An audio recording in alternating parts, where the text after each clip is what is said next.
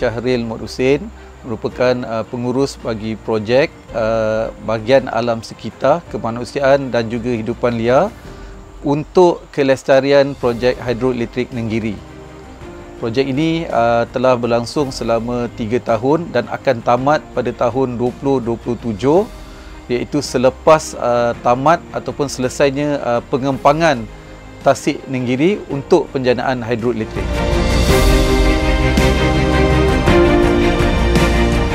Projek ini merupakan satu projek pembinaan stesen hidroelektrik yang diberi nama Stesen Hidroelektrik Nenggiri, yang akan mengempang ataupun menutup sebahagian daripada Sungai Nenggiri di bahagian hulu Sungai Nenggiri yang bersempadan dengan kawasan-kawasan Dabung, Jeli dan juga Cameron Highland.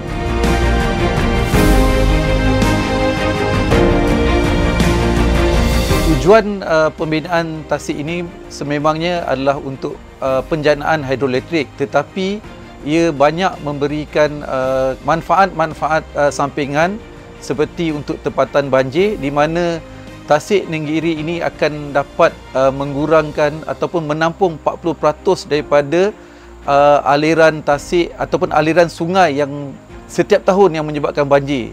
Samping itu, ia juga memberi manfaat kepada penduduk-penduduk kampung di sini, terutamanya penduduk-penduduk orang asal ataupun orang asli komuniti Temya, yang akan mendapat manfaat akibat daripada pemindahan ke kampung yang baru, di mana dua penempatan baru akan dibina, iaitu di Pos Pulat dan juga Pos Tohoi.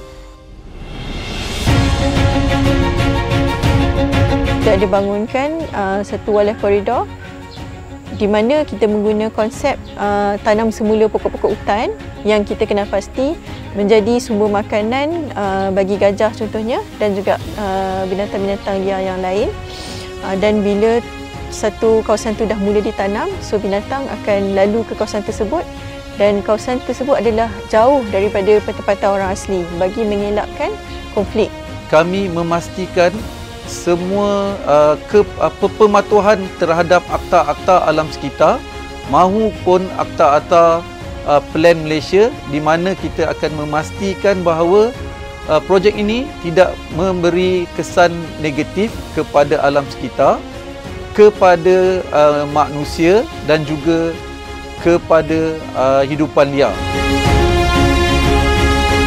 Kita ada 4 skop utama dan setiap skop utama ini mempunyai cabaran-cabaran yang tersendiri. Yang paling mencabar adalah daripada sudut pengurusan manusia, kerana bagi tujuan pemindahan dua kampung orang asli, iaitu kampung Pos Pulat dan Pos Tohoi, melibatkan pengambilan ataupun pemindahan penduduk kampung seramai lebih kurang 200 lebih penduduk kampung. Maknanya bukan semua yang setuju dengan pemindahan.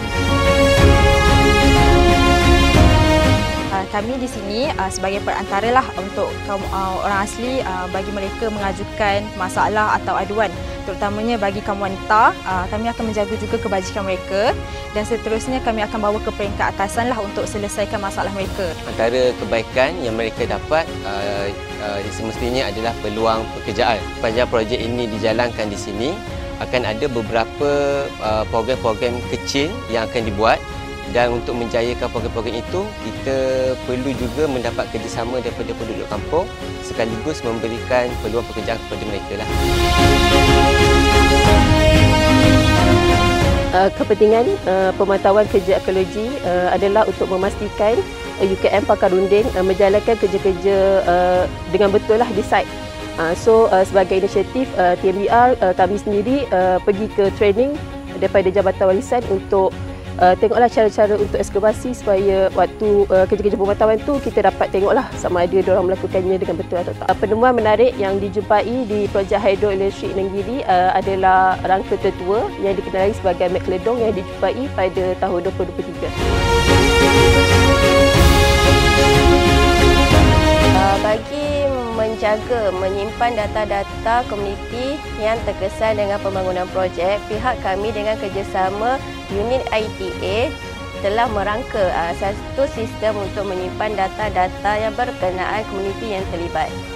Data-data ini, antara data-data yang disimpan di dalam sistem ini adalah demografi komuniti yang terlibat, kehilangan, contohnya seperti kebun, pokok-pokok dan rumah yang terkesan dengan pembangunan projek akan disimpan di dalam data tersebut.